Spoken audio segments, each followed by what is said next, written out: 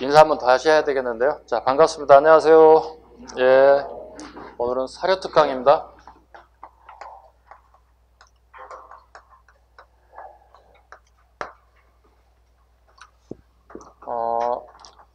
사료만 읽고 끝나면 그건 수업이 좀 효과가 없어요. 어차피 여러분들 시험을 준비하는 수험생들이기 때문에 사료를 중심으로 가고 그 다음에 여기에 우리가 시험을 봐야 되는 객관식 문제를 여기에 대입해서 풀어내는 능력을 길러내는 거거든요. 목적을 여기에 두고 있습니다. 사료로 달달달 외워서 중요한 게 아니고요. 사료를 풀면서 여러분들이 어떤 단어가 중요한지를 알아가야 되는 거예요. 그래야만 이 문제를 효과적으로 짧은 시간에 풀어내는 데 목적을 두고 있다 이렇게 보면 되겠습니다. 그래서 사료를 달달달 외우지 마시고요. 제가 원하는 부분은 이 사료 내용 중에 키워드가 뭔지를 꼭 짚어 가셔야 돼요. 그 단어에 따라서 문제를 푸는 속도가 달라져야 한다는 뜻입니다. 이해 가셨죠? 유인물 다 받으셨죠? 인원 파악이 안 돼가지고 일단 파일을 다음 주쯤에 해서 만들어 주신다는데 그럴 줄 알고 선생님 미리서 새롭게 제 것은 제본을 떠왔어요. 못 믿겠어. 파일을 완성이 안 됐을 것 같아가지고 오는 길에 파일을 떠왔습니다. 약간 페이지가 좀 안 맞는 것 같아요. 저는 원본을 가져왔고 여기는 지금 출판사 넘어가 편집본이 온 것 같아가지고 페이지가 약간 안 맞는데 일단 문제 번호 순서로 가면 큰 문제 없을 것 같아요. 1절부터 한번 살펴볼게요. 선사시부터 갈 거예요. 1번부터 가겠습니다. 1번부터. 자, 풀어갑니다. 자, 1번 보겠습니다. 1번. 다음에서 설명하고 있는 유물로 옳은 곳을 고르세요. 심플하죠. 우리가 공부할 때 항상 이런 게 있었죠. 선사시대 공부하는 방향을 이미 설정해 줬죠. 유물이 많이 나올 수밖에 없다고 그랬죠. 유물이 나올 수밖에 없죠. 그 다음에 뭐가 나와요? 유적이 나올 수밖에 없죠. 반대로 역사시대가 되면 뭐가 나오는 거예요? 기록, 즉 책에 대한 단서가 계속 제공될 거라는 거거든. 그 다음 구석기, 신석기, 청동기를 뭐야? 선사시대로 보는 거잖아. 그죠? 그럼 구석기, 신석기, 청동기 시대는 대부분이 유물과 유적에 관련된 부분이 집중적으로 출제될 것이다. 그리고 요건 기록이 되는 시대 이후부터는 중국 역사책의 참고 문헌을 계속 대입해서 문제를 만들어낼 것이다. 일단 알고 가야 된다는 얘기죠. 이런 방식의 문제가 끊임없이 출제된다는 겁니다. 첫 번째 보겠습니다. 이 유물은 한반도에 살았던 구석기 시대 사람들이 예리한 도구를 만들기 위해서 특별한 재료를 선별하였음을 보여준다. 이 유물의 재료는 화산이 분화할 때 생성되는 유리질이 많은 암석으로 깨트렸을 때 날이 날카롭게 쪼개지는 특성이 있으며 한반도에서는 백두산이 주요 산지로 알려져 있습니다. 뭘 골라내는 거죠? 흑요석을 골라내는 겁니다. 흑요석입니다. 네. 이 용도는요, 칼이라든가 장식용으로 사용됐던 가장 대표적인 게 흑요석입니다. 자, 흑요석은 우리 한반도에서 두 가지가 있죠. 한강을 기준으로, 그죠? 한강을 기준으로, 여기는 주로 백두산용, 백두산에서 화산이 분출돼서 만드는 것들. 자, 이쪽, 남쪽은 부산을 중심으로 했던 것들은요, 일본, 규슈의 화산 폭발이 중심됐던 것들을 주로 많이 사용하고 있더라. 구분하시면 돼. 일본 규슈산과 그 다음에 백두산 거 구분하시면 돼. 일단 흑요석 하나 잡아야 되겠죠. 흑요석 1, 2, 3, 4, 5가 있는데요. 흑요석은요.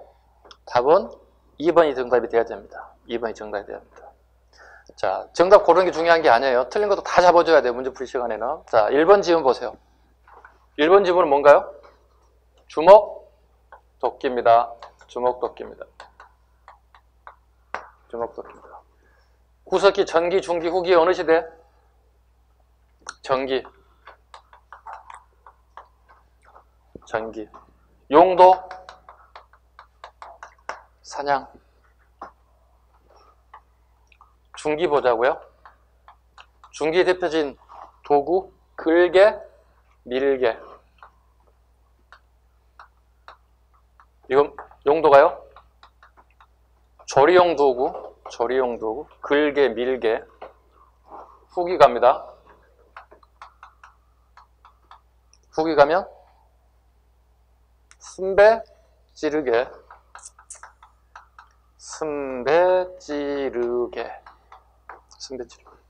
용도? 사장이겠죠? 사장입니다. 얘들 우리 학문적으로 뭐라고 그러죠? 호모 에릭투스라고 해야죠. 생물학적 학명을 때 여기 뭐라 하죠? 호모 사피엔스, 호모 사피엔스. 학명까지 같이 알아주시면 되겠죠. 어느 순간에 누가 얘들만 살아남았다고, 얘들은 전부 다 사라졌다고요. 전기애들이 다 사라졌다고요. 주목도끼와 글개, 그 다음에 순배찌르개, 전기, 중기, 후기 다 잡으셔야 돼요. 기본적인 겁니다. 3번 보죠. 3번 이름은 뭔가요? 비파형 동금이에요. 비파형 동금이에요. 이건 청동기죠? 네, 청동기를 대표하는 겁니다. 청동기를 대표하는 것이기도 하지만 또 중요한 건 뭐죠? 우리 고조선의 세력 범위를 알려주기도 해요. 고조선의 세력 범위를 알려주는 가장 대표적인 유물이기도 합니다. 우리 한반도 북부에서부터 요서 지역까지, 자, 요동, 그 다음에 요서, 여기서부터 여기까지 해서 주로 많이 출토되는 것들, 즉 요동과 요소를 중심으로 많이 출토됐던 대표적인 유물, 비파형 동금. 네 번째, 갈돌 앤드 갈판. 갈돌과 갈판. 이건요, 신석기를 대표하죠. 곡식을 간다는 얘기잖아요. 그죠? 네, 갈돌과 갈판. 곡식이 생산되는 시기는요, 신석기죠. 신석기 시작된 농업 알아야 되겠죠? 조피수수. 조피수수 알아야 되겠죠? 조피수수. 그 다음 5번 지문. 5번 지문은 반달 돌칼입니다. 반달 돌칼. 자, 이게 뭐예요? 보름달이죠? 네, 이게 보름달이라고요. 수업 시간에 다 들었던 내용들이에요. 요거 한번 잘라보자고, 이렇게. 자, 보름달을 자르면 뭐가 되는 거지, 이렇게? 반달이 됐잖아, 그죠? 그리고 구멍을 뚫어보고 가죽끈을 이렇게 묶어보자고. 손을 싹 집어넣어보자고, 이렇게. 뭐예요? 요 끝부분을 어떻게 날카롭게 갈게 되면 뭐가 되는 거죠? 칼이 되겠죠? 네, 이게 반달 돌칼입니다. 반달 돌칼을 통해서 우리가 알 수 있는 것은 청동기잖아요, 이거. 뭐가 시작되고 있으면 알는 거죠? 네, 벼농사의 시작을 알 수 있는 게 가장 대표적인 게 반달 돌칼입니다. 됐죠? 열심히 적는 것도 중요하지만 오늘 배운 내용 오늘 다 소화시켜야 돼. 이거 문제풀이 시간이니까. 그죠? 객관식 사료 문제니까. 네. 됐죠? 자, 1번 문제 이 정도 선에서 마무리하겠습니다. 2번으로 넘어가겠습니다.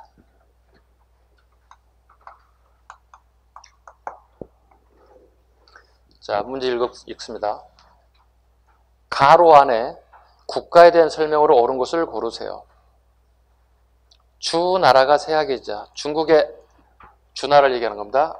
중국의 하나라, 은나라, 이렇게 주나라가 있다고, 이렇게. 주나라가 세약해지자 얘기해요. 중국의 하나라, 은나라, 주나라에서 주나라가 세약해지자 연나라가 스스로 왕이라 칭하고 동쪽으로 침략하여 왔다. 이 연나라 꼭 잡아야 돼요.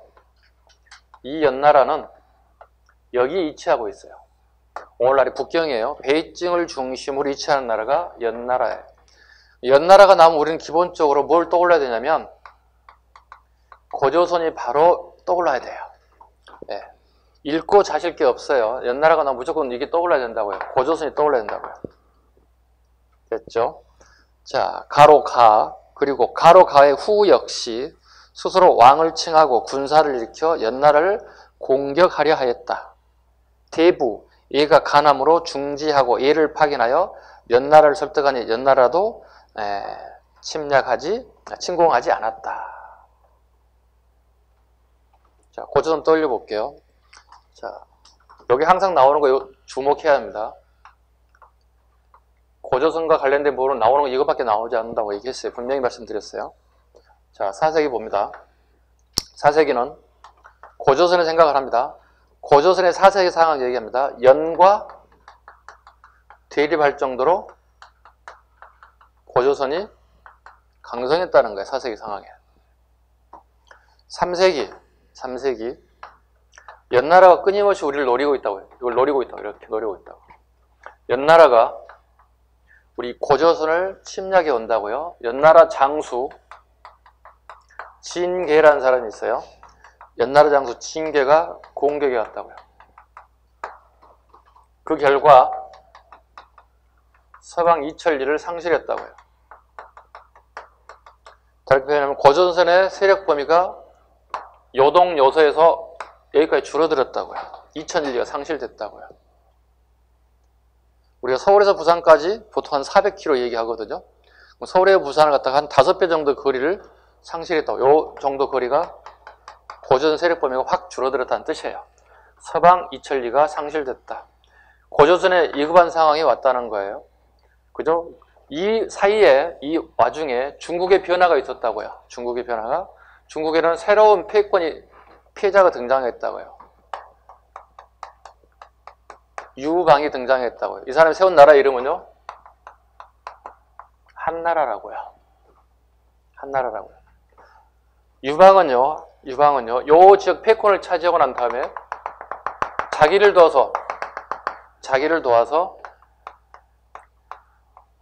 서초평양으로 유명한 항우를 제거하고 중국을 통일했다고요. 그리고 요 주변 부분에 자기를 도왔던 많은 장군들이 있죠. 그 다음에 호족들이 있죠. 얘네들에게 이 땅덩을 하나씩 내준다고요. 그리고 갖다 제후국으로 삼았다고요. 그리고 왕으로 삼았다고요. 그리고 본인은 중앙의 통치자로서 군림하고 있었다고요. 근데 유방의 생각은 하나씩 나눠준 토지를 하나씩 다 뺏어가는 이런 정책을 펼친다고요. 이걸 갖다 우리는 보통 중앙집권 정치라 불러요. 중앙집권주의, 중앙집권 정치를 한다고요. 그럼 토지를 받았던 제후들이 하나 둘씩 제거되기 시작한다고요. 그러고 난 다음에 요 밑에 있었던 유방의 가장 절친한 친구 중에 하나가 노간이라는 사람이 있다고요. 노간이라는 사람이 있어요. 사료에 의하면 노간 밑에 이만이라는 사람이 있다고요. 노간은요, 요걸 피해서 저 멀리 흉노적으로 피해 간다고요. 누가 도망갔다는 거예요? 노간이 흉노적이 있는 곳으로 도망갔다고요. 살기 위해서. 그러나 이만은요, 자기가 모셨던 노간을 따라가지 않아요. 대신에 이 사람은 고조선인으로 판단되는 근거가 여기에서 우리 고조선으로 들어온다고요. 고조선으로 들어와서 우리나라 고조선의 왕에게 우리 서쪽 변경을 지키겠다. 서쪽 변경을 지키겠나. 수비병으로 하겠다. 이렇게 양해를 구하죠. 그래서 이걸 양해를 구해준 왕이 누구예요? 고조선의 준왕이에요. 고조선의 마지막 왕인 준왕이 이걸 허락한다고요. 그 결과 이 지역을 통해서 세력이 팽창되기 시작한다고 이렇게. 즉 한나라 지역에 많은 사람들이 살고 있었는데요. 요 사람들이 저 건너오게 된다는 거야. 요 사람들에 의해서 요게 세력이 팽창됐다. 그리고 이게 새로운 나라가 되는데 이걸 이만 조선이라 한다. 이만 조선은 2세기에 출발됐다. 그럼 이만 조선이 승리할 수 있는 요인은 뭘까? 네. 한나라의 전쟁의 경험도 풍부하지만 가장 기본적인 게 철제 무기를 사용했던 부분이다. 그럼 철제 무기를 사용하고 누구를 아우시겠다는 거죠? 구식 무기라고 할 수 있는 청동제 무기를 사용한 청동제 무기인들, 즉 고조선 세력들을 제압했다 이렇게 설명할 수 있겠습니다.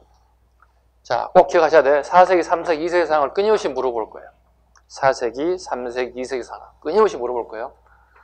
그리고 우리가 이만 조선시가 되면 우리나라의 본격적인 철기시대가 철기가 유입되기 시작했다. 철기의 본격 유입은 이만 조선부터 보시면 돼요. 됐죠? 자, 그 결과 밀려났던 준항은 어디로 내려가게 되나요? 남쪽으로 내려간다고. 천안지방을 중심으로 내려가서 그 지역의 목지국을 중심으로 새로운 나라를 형성하게 된다고요. 그리고 54개국 중심으로 만드니 목지국 중심에 그 패권을 나눈 나라를 우리는 이 나라를 진이라고 한다고요. 진이라고 한다고요. 됐죠? 그리고 진은요, 훗날 한 나라와 서로 교역을 하게 된다고요. 이걸 이만조선이 이걸 가로채서 중개무역을 한다고요. 이만조선이 중개무역을 하게 됐다. 한이 못마땅히 생각하죠. 경쟁국가가 부국강병제를 펼친다는 얘기잖아요. 돈을 많이 벌었다는 얘기는 이만조선이 부국강병제를 펼친다. 당연히 한과 이만은 충돌이 일어날 수밖에 없다. 그래서 한무제에 의해서 이만조선을 공격해 온다고요. 이때 이만조선은 3대의 손자격인 우구왕이 권력을 잡고 있었다고요. 우구왕이요. 예, 하친을 종용하기도 했지만 결국은 서파살인사건을 계기로 예교관이었던 사람이거든요. 항복하세요 이렇게 예교관이 왔었다고요. 서파살인사건을 계기로 인해서 결과적으로 한무제의 공격에서 고조선은 마지막 이만조선은 멸망의 길로 들어갔습니다. 이해 가셨죠? 이게 고조선에 관련된 부분, 이만조선까지 발전되는 상황들을 쭉 전체적인 설명을 드렸습니다. 가장 기본적으로 잡아야 할 맥락들이에요. 고조선 들어갔을 때. 자, 문제 풀어봅니다. 고조선에 관련된 부분이니까 한번 찾아보겠습니다. 옳은 거 가볼게요. 체카라고 하는 풍습이 있었다. 체카는요, 동해에 있습니다. 이건 사유재산을 인정하는 제도입니다. 남의 땅에 들어가서 농사 지으면 안 된다는 거야. 사유재산 인정하는 제도가 체카이기도 합니다. 5부가 연합된 연맹국가이다. 5부족 연맹체는요, 부여와 고구려 얘기합니다. 부여와 고구려 얘기합니다. 고조정도 연맹국가는 맞아요. 그러나 몇 부족 연맹체인지는 기록이 없어요. 세 번째, 지방통칠지에 담로를 두었다. 이건 백제 무령왕입니다. 백제 무령왕. 5세기 상황입니다. 백제 무령왕 얘기입니다. 그 다음에 왕 아래 상과 고추가 등의 대가들이 있었다. 대가들이 있었다. 이건 고구려입니다. 고구려입니다. 부왕, 준왕 등 강력한 왕이 등장하여 왕위를 계승했다. 이거 답이 이제 5번인데요. 답이 중요한 게 아니고요. 여기서부터 함정을 또 파는 게 있어요. 이것도 잡아야 돼요. 거기에 강력한 애들 밑줄 그어야 돼요. 강력한 애들에게 색깔펜 좀 칠해줘야 돼요. 왜냐하면 부왕, 준왕이 왕권이 쇠약하여 미약하여 멸망한 게 아니라는 뜻이에요. 강력해서. 그런데 뭐죠? 이만조선은 더 강력한 애라는 뜻이야. 왜? 철제 무기를 가졌으니까. 이해 가셨죠? 그러니까 왕권이 미약하여 멸망한 게 아니라고 하고, 강력한 왕권을 가졌으나 그보다 더 강력한 애가 내려와서 멸망했다는 의미를 심어주기 위한 것들입니다. 그래서 그거 밑줄 그으셔야 됩니다. 강력한 왕이었다. 자, 3번 가겠습니다. 자, 다음 사료에 해당되는 나라에 대한 설명으로 옳은 것을 고르세요. 해마다 10월이면 한우를 제사를 지냈다.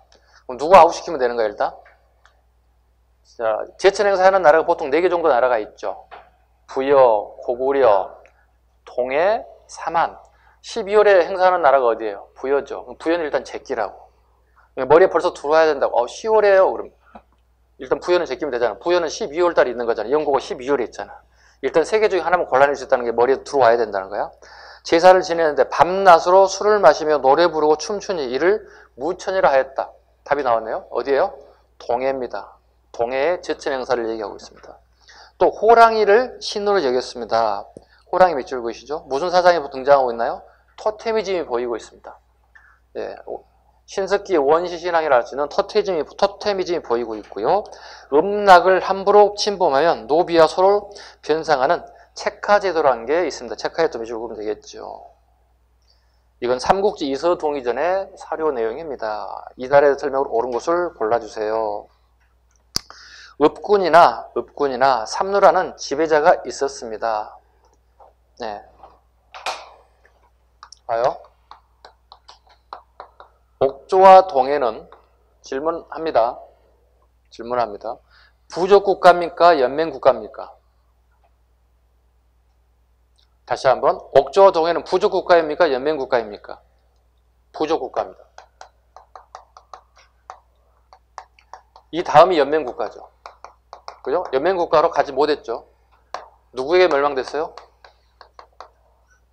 고구려 태조에게 멸망당했습니다. 그죠? 그리고 이 나라의 특징은 뭐죠? 왕이 없습니다. 대신에 읍군과 삼노가 나라를 통치했습니다. 읍군과 삼노가 통치했습니다. 아시겠죠? 이거 가장 기본적인 겁니다. 왕이 없습니다. 자, 읍군이나 삼노라는 지배자가 있습니다. 답은 1번이 바로 나왔습니다. 답은 1번이 되겠네요. 틀린 거 찾아보죠. 2번. 제사장인 천군이 소도를 지배했다. 이쪽으로 한번 오시죠. 문제는 다르지만 이쪽으로 하면 답이 나올 것 같은데요. 자, 봐봐요. 철제 무기를 사용했던 사람들이 이만이죠. 이만 세력이 내려와서 청동제 무기를 사용했던 기존의 왕이었던 강력하다고 생각했던 준왕을 몰아냈다고요. 준왕을 몰아냈다고요. 그리고 준왕은 다시 어디로 내렸다고요? 여기 천안을 중심으로 목지구를 형성했다고요. 목지구를 형성했던 천안은 기존에 뭐가 있겠어? 기존에 기득권을 가지고 온 세력이 있었겠지. 부족이 있었겠지. 이 부족을 아웃시켰다고요.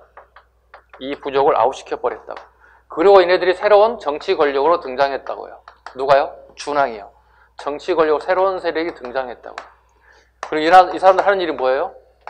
이 사람들은 뭐만 하는 거지? 정치만 하는 거라고. 이 사람들 패망한 나라, 이 사람들은 뭐 하는 거야? 제사만 지내는 거라고. 봐요. 그러면 제사 지내는 사람과 정치하는 사람이 같아졌어요? 달라졌어요? 달라졌지. 이걸 뭐라 불러요?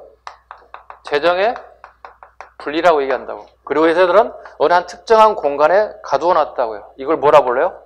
소도라고 한다고요. 소도라고 한다고. 그리고 소도의 총 책임자를 뭐라 불러요? 천군이라 한다고요. 천군이라 한다고요. 재정이 드디어 분리되고 있는 모습을 보여주고 있습니다. 자, 제사장인 천군이 소도를 지배했다는 얘기는 한참 밑으로 내려오시면 되겠죠. 팔조법을 통해 사만입니다. 그러니까 팔조법을 통해 사회 질서를 유지했다. 이것은 고조선 얘기하는 겁니다. 팔조법을 통해. 물론 우리에게 전해지는 건 8개가 다 아니라 몇 개만 전해지고 있습니까? 3가지. 살인상의 절도입니다. 살인상의 절도죄 3가지만 전해지고 있습니다. 4번. 철이 많이 생산되어 낭난과 애에 수출했다. 네, 변환입니다. 마한 변환 진안 중에서 변환입니다. 오늘날의 경상남도 마산 성산동과 김해 지역을 중심으로 형성된 변환 지역에 해당되는 곳입니다. 마가 우가 저가 구가 사출도가 보이나요? 당연히 여기는 뭐죠? 부여입니다. 부여입니다. 답은 1번이 되겠습니다. 4번 가겠습니다. 다음 미출친 유적지에서 살았던 사람들의 생활상으로 옳은 곳을 고르세요. 자, 유적지입니다. 이 봐봐요. 유적지라고 얘기했잖아. 그럼 여러분 머릿속에 뭐가 들어와야 돼? 아까 우리 봐봐. 유적지 어디 고르면 되는 거야? 기본적으로 내 머릿속에 뭐가 들어가야 되는 거야? 철기는 일단 제끼면 되겠지. 그죠? 유적지라고 그랬잖아요. 그럼 최소한도 구석기, 신석기, 청동기 중에 답이 있다는 얘기가 되는 거예요. 유적지가 나오기 때문에. 자, 다시 가봐요. 자, 이 유적지는 한탄강 유역의 현무암 대지에 자리 잡고 있다.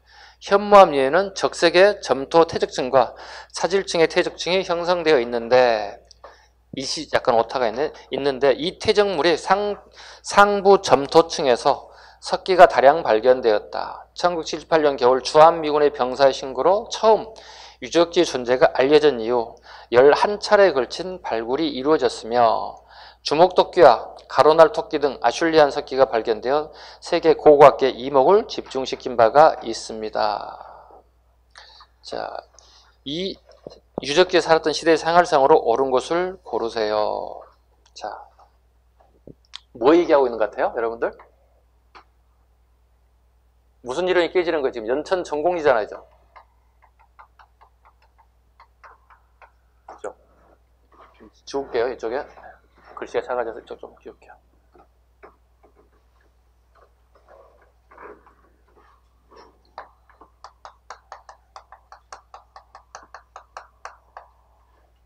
연천 전공이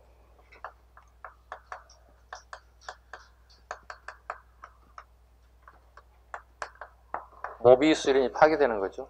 모비우스 보겠습니다. 자, 크게 세 가지로 나누었죠. 모비우스 이론은요. 유럽, 아프리카, 그 다음 아시아에서도 서아시아하고 동아시아로 이렇게 구분했죠. 이렇게. 유럽인들과 아프리카인들과 서아시아인들은 도구가 다르다고요. 뭘 사용했다고요? 주먹, 도끼를 사용했다고요.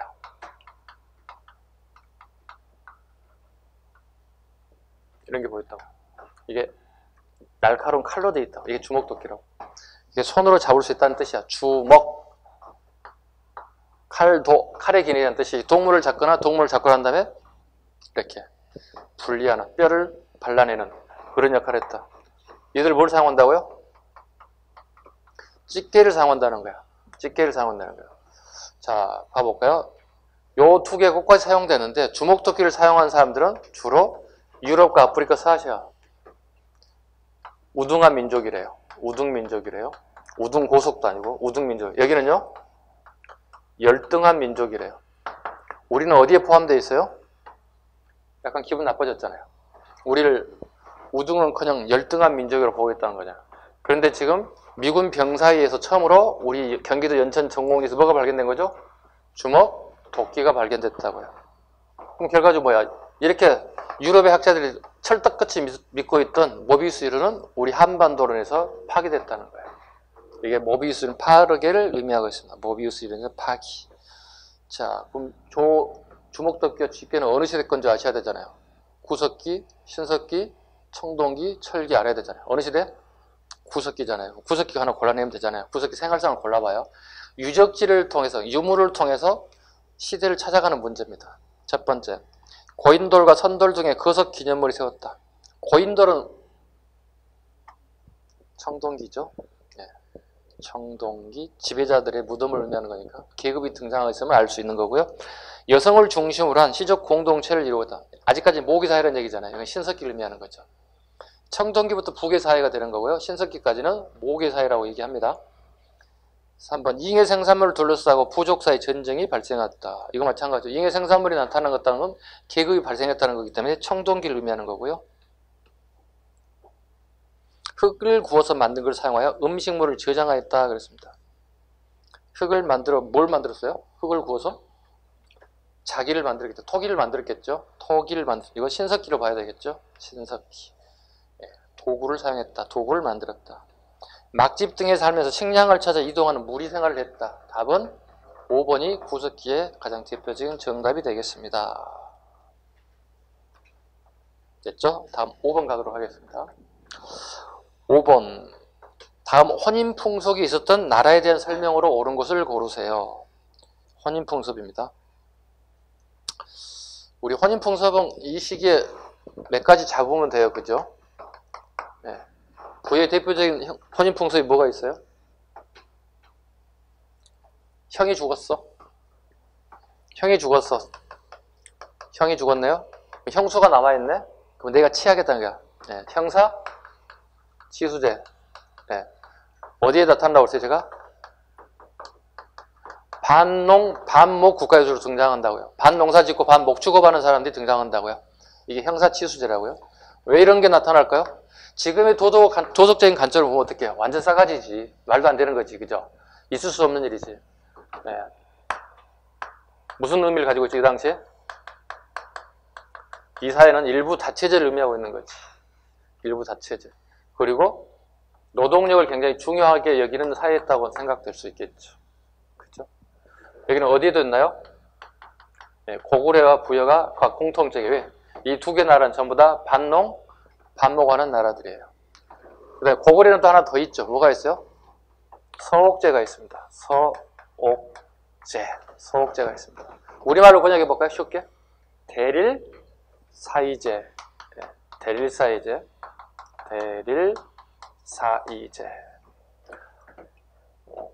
남자가 장가 들어서 여자 집에 가서 사는 걸 서옥제 또는 우리말로 바꾸면 대릴사이제.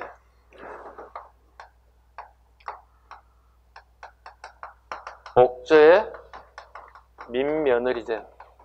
이건 우리 수험생이라면 기본적으로 결혼제도는 다 제일 잘 끼고 있어야 되는 거예요. 민며느리제. 딸내미 팔아먹는 거라고 그랬죠. 이거 뭐예요? 매매혼적 성격을 가지고 있다.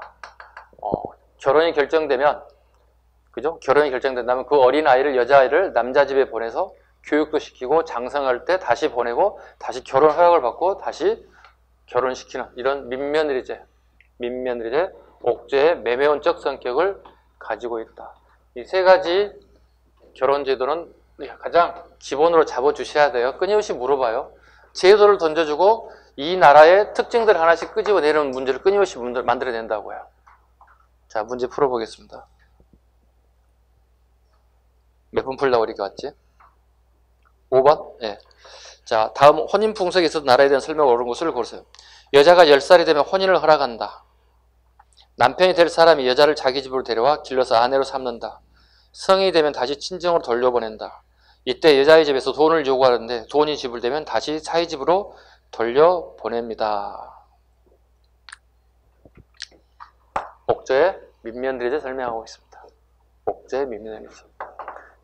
자, 보겠습니다. 매매혼적 성격이라고 그랬어요. 자, 옥적과 언어 찾아냅니다. 천군이 신성지역인 소도를 다스렸다. 아까 잠깐 언급했죠. 여기는 사만. 1번 지문은 사만이 돼야 되겠죠. 사만. 두 번째, 매년 10월이 되면 동맹이라는 제천 행사를 이뤘다. 동맹, 고구려. 10월에 고구려. 음락을 함부로 침범하면 배상하는 책하제도가 있었다. 여기는 동해. 사유재산 인정하는 거죠. 감회장했던 가족의 뼈를 추려 한 목각에 안차했다. 옥조의 세골장 또는 골장제 또는 두벌 묶기 다 같은 단어로 쓰입니다. 뼈를 골라서 별도의 가족묘에 안장하는 방법. 그러니까 우리 시신이 다 부패가 난 다음에 뼈만 발라서 다시 가족묘에다가 다시 안치하는 방식을 택했다. 이게 가장 대표적인 이 나라의 장례 풍습이다. 됐죠? 답은 4번으로 하겠습니다.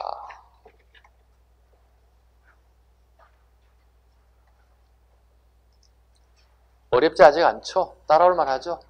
그죠? 갑작스럽게 무장투쟁사 대빵 어려운 거 하다가 이거 하니까 간이 안 맞지? 네. 간이 안 맞는데 여기 틀리면 안 돼. 20문제 여기 꼭 한 문제가 나온단 말이야. 네? 한 문제를 맞히기 위해 이렇게 고생하는 거예요. 그렇게 하면서 20문제가 완성되는 거거든요. 네. 한 문제를 맞히기 위해서 이렇게 고생하는 여러분 충분히 이해 갑니다. 자, 6번 가겠습니다. 윗줄진 이 시대의 사회 모습으로 옳은 것을 고르세요. 이 시대의 사회 모습입니다. 이 시대의 사람들은 야생 동식물 채집에 의존해온 생활 형태에서 벗어나 가축을 기르고 곡식을 재배하기 시작했습니다. 가축 재배가 언제부터예요, 우리가? 소도 기르고 막 개새끼들도 막 놀러 다니고 뭐 이런 게 있어. 신석기예요. 예, 일단 개새끼들 나오면 일단 신석기 잡으세요. 예, 요건 아닙니다, 제가. 예. 가축을 기르고 곡식을 재배하기 시작했습니다.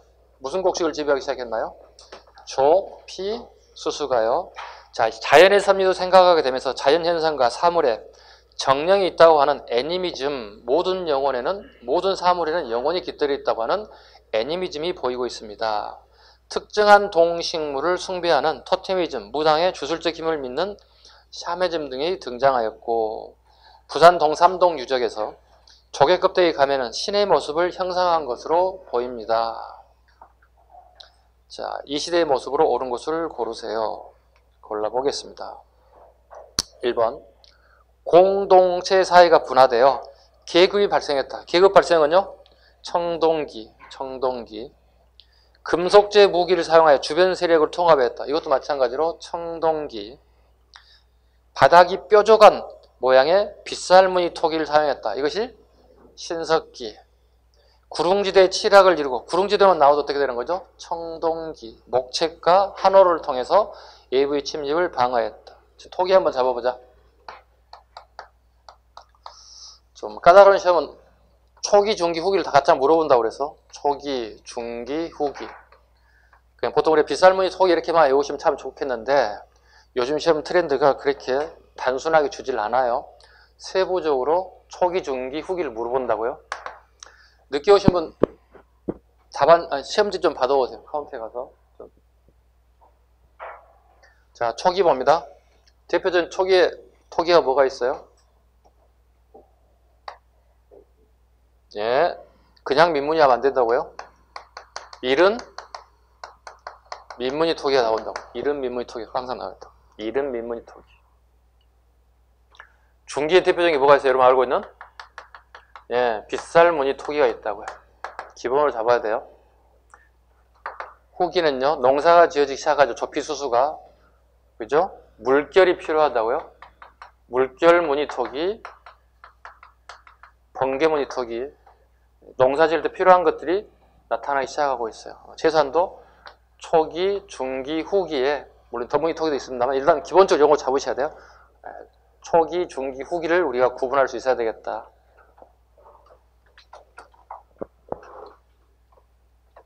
답은 3번이 되겠고요. 자, 문제 7번 가도록 하겠습니다.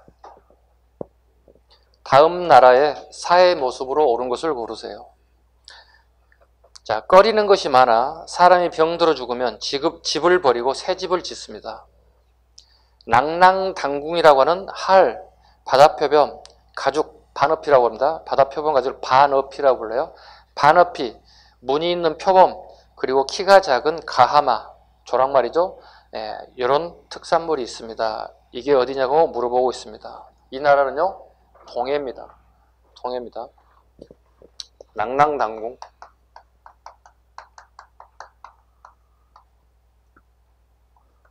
이거 박달나무로 만들었다 해서 박달나무 단자를 써요. 네, 이거 동해입니다. 할 하나 가지고 풀어낼 수 있어야 돼. 그죠? 고구려는 뭘 써요? 맥궁이에요. 구분하셔야 돼요. 당궁과 맥궁이에요. 여기는 박달나무를 사용하잖아요. 그죠? 여기 뭘 사용한다고 그랬어요? 상하와 쇠붙이를 이어붙여서 만들었어요. 유효 사거리가 이게 훨씬 더 커요. 여기에 비해서 이 정도밖에 안 돼요. 훨씬 더 강력하고 유효 사거리가 길어요. 그래서 고구려인들이 훨씬 더 압도적인 무기를 가지고 있다 보시면 되겠습니다. 하나씩 풀어보죠. 자, 신랑이 1번입니다. 1번 지문. 신랑이 처가에서 지은 서옥에 머물렀다. 서옥제는 아까 고구려라고 분명히 말씀드렸어요. 서옥제. 서옥제. 남자가 여자 집에 사는 거. 왜 살아요? 가서 남자가 여자 집에 가서 사는 이유는 뭐예요? 노동력 제공입니다. 노동력 제공입니다.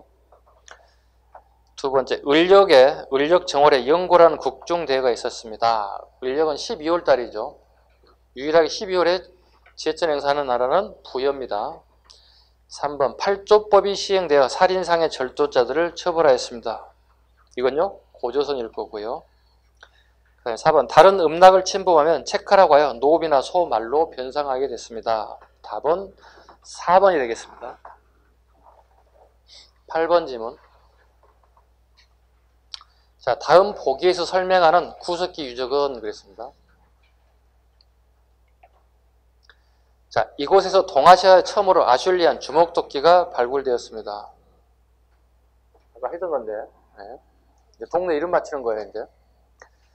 자, 이러한 성과는 세계의 전기구석기 문화가 유럽, 아프리카, 아슐리안 전통과 동아시아 지역의 집게 문화로 나뉘었다는 고고학계 학설이 무너지는 계기가 되었습니다. 동네 이름은요? 연천? 전곡리. 이미 풀었죠? 네, 답은 2번 지문을 답을 해주시면 되겠습니다. 자, 1번 지문 틀린 거 한번 볼까요? 공주 석장리를 하면 우리가 떠오르는 단어는요? 구석기 전기부터 후기까지 전체가 다 발굴됐다고 유물들이요. 구석기, 전기, 중기, 후기가 전체가 다 발견된 게 공주 석장리 특징이라고 그랬어요. 청원 두루봉동굴. 어린아이 뼈가 발견됐죠. 그 아이 이름을 흥수아이라고 한다. 그리고 구석기들도 아이들이 죽었을 때 슬퍼하기도 하고 장례를 치렀다. 그리고 장례에 국화꽃을 놓았음을 갖다가 우리가 알 수 있다. 단양 상실이 바위 그늘. 특징이 뭐죠? 남한 최초의 이 바위 그늘 밑에서 우리가 처음으로 인골 화석이 발견됐어요. 최초입니다. 바위 그늘에서 최초로 인골 화석이 발견됐습니다. 단양 상실에서 처음으로 남한 최초로 바위그늘에서 인골 화석이 발견됐습니다. 이런 게 나올 때 여러분 힘들어하는 거예요. 그죠? 아, 보긴 봤는데 어디였지? 생각이 안 난다고 시험장 가면. 자, 9번 가겠습니다. 기억나라에 대한 설명으로 옳은 것을 고르세요. 주나라가 쇠약해지자, 어디 또 들어봤죠? 하은주죠. 주나라가 쇠약해지자 연나라가 스스로 왕을 칭하고 동쪽으로 침략하려 하였다. 가로 후 역시 스스로 왕을 칭하고 군사를 일으켜 연나라를 공격하려 하였는데 대부인 얘가 가나여 중지하였다. 기억나라에 대한 설명 옳은 것을 고르세요. 고조선 또 골라봅니다. 자, 1번. 전연의 공격을 받아 심한 타격을 받았다. 전연이야. 수업 시간에 얘기했지. 2년도 아니고 전연의 타격을 받았다. 고구려의 고국원왕이라고요. 고구려 고국원왕이라고요. 고국원왕 시기에 전연의 공격을 받아 자기 아버지 미천왕의 시신이 강탈당하고 자기 어머니, 자기 부인, 왕비, 상당수의 우리 한 5만여 명의 정도의 고구려인들이 포로로 잡혀갔다고 최대 위기를 맞이했다고요. 누가요? 고국원왕이요. 몇 세기 상황이에요? 4세기 상황이라고요. 그것뿐만이 아니었죠. 남쪽에 누가 치고 올라옵니까? 백제의 근초광이 치고 올라온다고요. 그 결과 근초광의 쏜 화살 유시에 맞아 고국원왕이 전사하게 된다고요. 최대 위기를 맞이한 4세기 백제 고국원왕 얘기입니다. 2번. 매년 10월이면 무천이라고 하는 제천 행사를 하였습니다. 이건 동해라고 반명히 말씀드렸고요. 박씨, 석씨, 김씨가 왕위를 교대로 계승했습니다. 이건 신라를 얘기하는 거고요. 8조의 법을 제정하는데 세 조항이 전해지고 있습니다. 고조선 답은 4번이 되겠습니다. 지금까지 잘 나가죠, 여러분들? 별로 어렵지 않죠? 절대 틀려서는 안 되는 부분이니까 꼭 기억하셔야 돼요. 이 부분은요. 10번. 가와 나에 대한 설명으로 옳은 것을 고르세요. 음력 12월에 지내는 제천 행사가 있는데 이를 영고라고 한다. 이때는 형옥을 중단하고 제수를 풀어주기도 하였습니다. 이 나라 어느 나라예요? 부여입니다. 형옥이란 얘기는 감옥이란 얘기예요. 감옥이 있는 나라는 부여밖에 없어요. 기억하시죠? 외우는 방법 간단하다고 얘기했죠. 감옥이 있는 나라, 없는 나라 구분하는 것.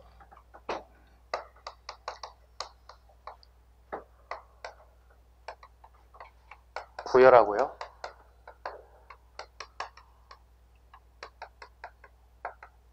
여기는 없다고요. 자, 지워버릴까? 귀찮으니까. 두 글자, 두 글자, 두 글자, 세 글자. 일치하지 않는다고. 일치한 나라는 부여밖에 없다고 이렇게 외우라고 그랬어. 왜? 시험장 가면 헷갈린단 말이야. 지금 문제 푸는 과정에서 이해할 수 있지만 시험장 가면 아이씨 고구려야 부여야 계속 헷갈리면 틀린다고 이렇게 외우래. 글자, 두 글자, 두 글자, 두 글자, 세 글자. 부여가 과목이 있습니다. 자, 두 번째 질문 갑니다. 해마다 10월에 하늘에 제사를 지내는데 밤낮으로 술을 마시며 노래 부르고 춤추니 이를 무천이라고 합니다. 동해입니다. 대한 설명 옳은 것을 골라주세요. 볼까요? 1번 보겠습니다. 오부가 있으며 게르부에서 왕위를 차지하였다. 게르부에서 계속 태조 이후부터 왕위를 차지한 나라는 고구려입니다. 고구려입니다. 두 번째 가입니다. 정치적 지배자로 신지읍차. 신지, 견지, 읍차, 부례는 어디예요? 사만이에요. 사만이에요. 3번 죄를 지은 사람이 소대에 들어가면 잡아가지 못했습니다. 신성시되기 때문에. 여기도 마찬가지로 사만이에요. 사만이에요. 제사장의 권위를 인정해 주는 겁니다. 4번 갑니다. 나. 다른 부족의 영역을 침범하면 체카라고 하여 노비나 소말로 변상하였습니다. 답은 4번이겠네요. 네. 11번. 가와 나 국가에 대한 설명으로 옳은 것을 고르세요. 가. 그 나라의 혼인 풍속에 여자의 나이가 10살이 되면 서로 혼인을 약속하고 신랑 집에서는 그 여자를 맞이하여 장성하도록 길러 아내로 삼습니다. 여자가 성인이 되면 다시 친정으로 돌아가게 합니다. 여자의 친정에서 돈을 요구하는데 신랑 집에서 돈을 지불한 후 다시 신랑 집으로 돌아옵니다. 아까 했지 않았나요? 이 제도는요? 응? 민며느리 어느 나라예요? 옥저입니다. 옥저의 민며느리제 설명하고 있습니다. 옥저의 민며느리제. 두 번째 질문입니다. 을력 정월에, 을력이 어디죠 이게 벌써? 12월이니까 어느 나라죠? 부여를 영향하겠죠. 음력 12월에 한울의 제사를 지내며 나라의 대회를 열어 연일 마시고 먹고 노래하고 춤추는데 영거라고 합니다. 이때 형옥을 중단하여 제수를 풀어줍니다. 형옥 있는 나라 부여입니다. 옳은 설명 골라주세요. 1번 가겠습니다. 무천이라고 하는 제천 행사가 있었습니다. 여기는 동해고요. 두 번째, 계르부 집단이 권력을 장악했습니다. 이건 고구려 얘기하는 거고요. 그 다음에 사출도라는 구역이 있었습니다. 나 지역에 부여죠. 네, 부여입니다. 답은 3번이 답이겠네요. 4번, 철이 많이 생산되어 낙랑과 외에 수출하였다. 이 나라는 아까 삼한 중에서도 변한이에요. 삼한 중에서도 변한입니다. 변한에서 철을 어떻게 수출한다고 그랬어요? 자, 철이 이렇게 돌이 묻혀 있다고. 이거 돌멩이 수출한 게 아니라고 그랬지. 이걸 축출해서 뭘 만든다고 그래서? 이걸 뭐라 부른다고요? 철정이라 한다고. 이걸 수출한다고. 이게 반제품이야. 자기가 뭐 농기구를 만들고 싶으면 농기구를 만드는 거고 무기를 만들고 싶으면 무기를 만드는 거예요. 이게 변환의 철정에 관련된 굉장히 하이테크 기술이에요. 지금 같으면은. 네. 여러분 알고 있는 요 유사한 게 뭐 있어? 금괴 있잖아. 금괴. 금괴가 뭐겠어?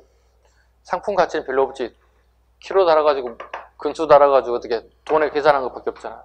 이걸 자기 용도를 맞춰서 이제 쓰는 것들이잖아요. 뭐 반지를 만들든 목걸이를 만들든 뭐 만들어 쓰는 거겠죠. 자, 12번 가겠습니다. 가와 나에 대한 설명을 가장 적절한 것.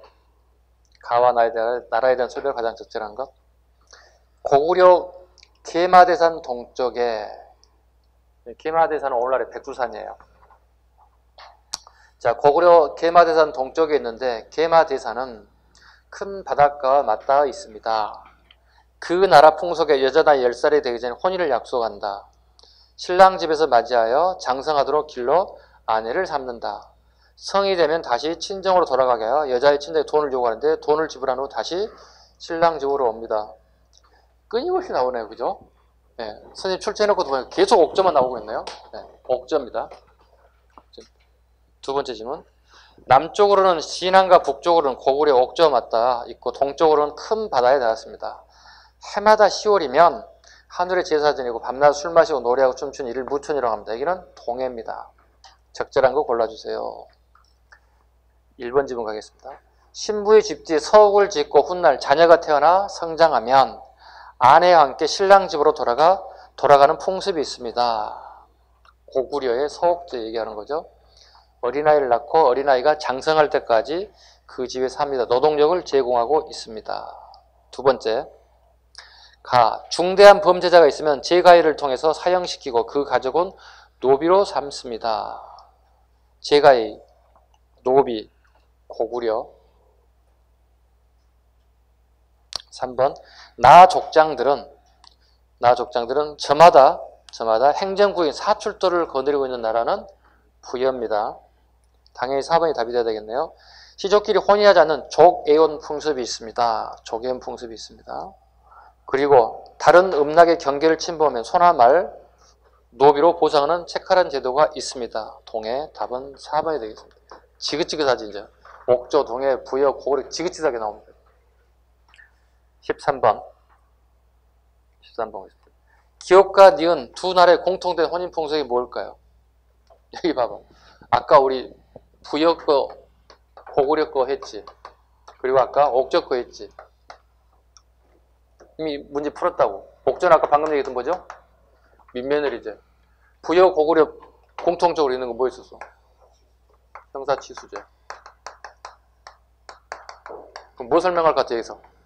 형사치수 설명할 것 같지 않아? 보겠습니다.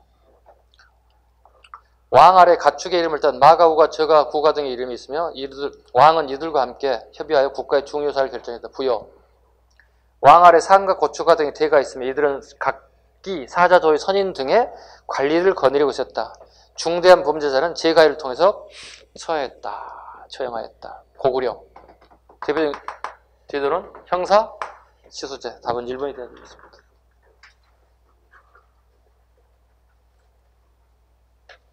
14번 다음 유적이 형성된 시대에 대한 설명으로 가장 적절한 것. 봉산의 집탑리. 봉산 하나 나오면 제가 암기상 한번 얘기했던 것 같은데 수업 시간에.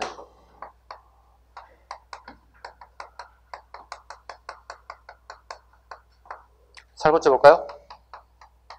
봉산의 집탑리. 평양의 남경 유적지는 대표적인 어느 시대? 신석기 시대.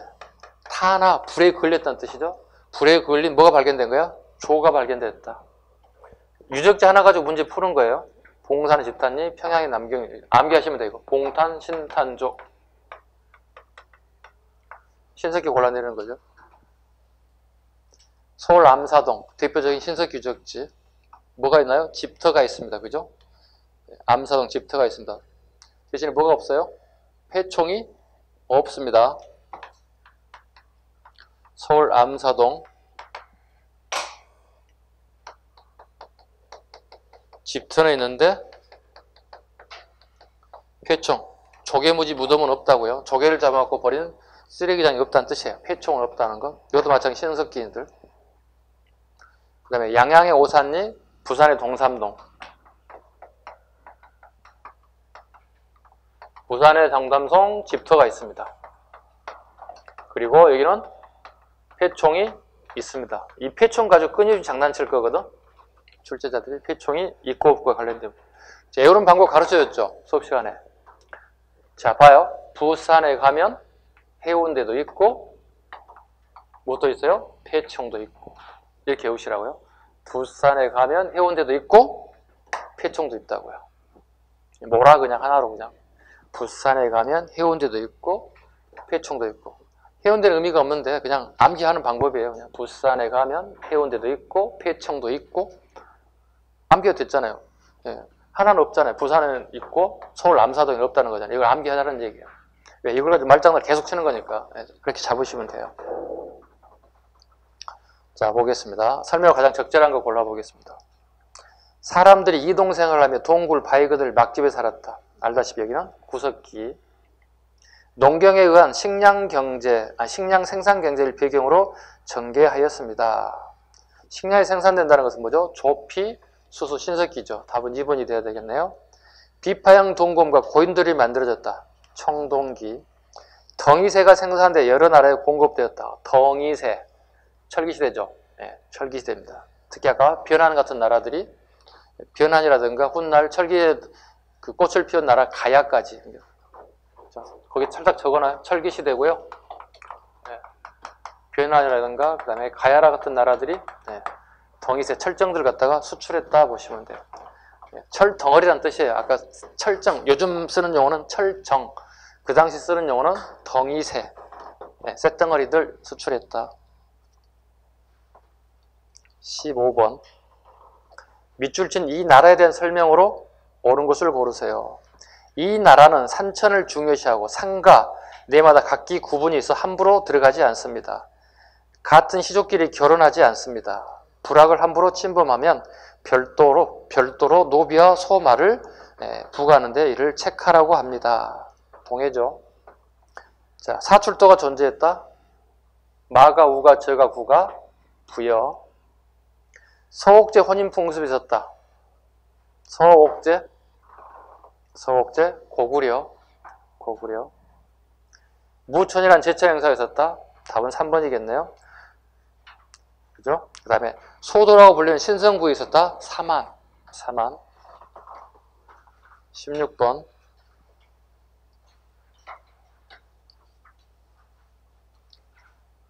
밑줄 그은 이 나라에 대한 설명으로 옳은 것을 고르세요.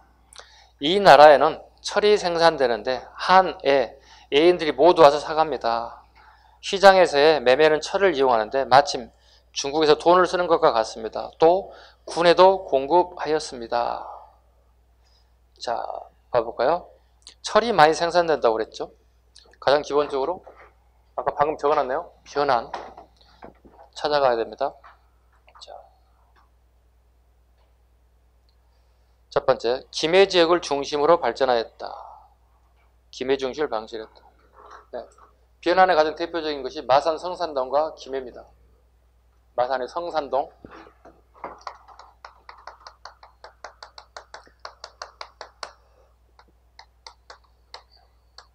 이 가장 대표적인 철 생산과 수출을 했던 지역이다 보시면 돼요. 김해 지역을 중심으로 발전하였다. 답은 1번이 돼야 되겠네요. 읍분과 삼노가 지배한 나라는요. 여기는 왕이 없다고 그랬죠. 옥저와 동해. 읍분과 삼노들이 지배한 나라는 옥저와 동해. 일책 12법이라고는 엄격한 법이 있었다. 어떤 사람이 일책 12법을 적용합니까? 절도죄에게. 절도죄에게 일책 12법. 절도죄 하면 묵자. 뭐처럼 묶어보죠. 절도죄. 절도하다 걸리면 고조선이 어떻게 되죠? 가장 잔인하지. 노비로 삼다고. 부유하고 고골은 같은 애들이죠. 그죠? 민족 구성이 거의 비슷하죠. 일책 12법. 일책 12법. 백제. 일책 2법. 일책 2법. 절도죄도 같이 묶어서 풀어주세요. 네.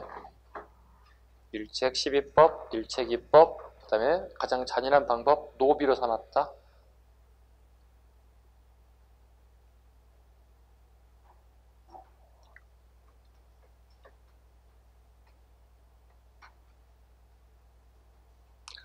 (4번) 당궁, 가마, 반어피 등을 생산하였다. 동해 특산물이죠. 당궁, 박달나무를 만들었다고요. 당궁, 가하마, 과일나무 밑을 지나가는 데서 소에 닿지 않을 정도로 조그만 말이라는 뜻이에요. 조랑말이라는 뜻이겠죠. 반어피, 바다 표범 가죽이라고요. 바다 표범 가죽을 특산물로 삼았다. 그 다음에 10월에 무천이라고 하는 제천 행사가 있었다. 동해죠. 동해. 답은 1번이 되겠습니다. 17번. 되게 문제가 많네. 17번까지 풀고 쉬겠습니다. 자, 다음 유물을 남긴 생활 모습으로 옳은 것을 고르세요. 자, 오른쪽 한번 보시죠. 살짝 던져왔죠. 이치는 잡으셨죠. 대략 이치가 어디예요? 대략 이치 잡았죠. 옥저 아닌 것 같죠. 옥저 밑에 뭐가 있죠? 동해죠. 강원도와 함경남도를 접경으로 하고 있어요. 함경도를 오리지널로 쓰는 것들은 옥저이고요. 쭉 올라가야 되겠죠. 동해입니다. 동해의 집터 모습입니다. 철자입니다. 철자와 여자 모양이라고 그랬죠. 네. 동해는 철자와 여자 모양이다. 철자와 여자 모양의 집터를 가지고 있다. 이렇게 외우라고 그랬죠. 이렇게 동철이, 동녀 이렇게 외우시면 그냥 풀려요. 네. 집터 모양이 동자와 한자에 여자는 이렇게 된다고요. 이렇게 한자로 이렇게 보인다고요. 동자와 철자 모습, 이런 모습을 띄고 있다. 동해가 하나 고르면 되겠습니다. 혼인풍섭으로 소옥제가 있는 나라는요. 또 하나 나왔어요. 소옥제 지긋지긋하게 나왔어요. 고구려. 12월에 이원고 또 나왔어. 제천 행사 부여. 군장의 세력이 미치지 못하는 소도가 있었다. 사만. 철이 많이 생산되어 낭낭에 수출했다. 변환. 특산물로 당군 간업 피가 생산되었다. 답은 5번이 되겠습니다. 됐죠? 너무 쉬워서 스피드가 빨라졌습니다. 여기까지 하고 잠시 10분 쉬어가도록 하겠습니다. 쉬겠습니다.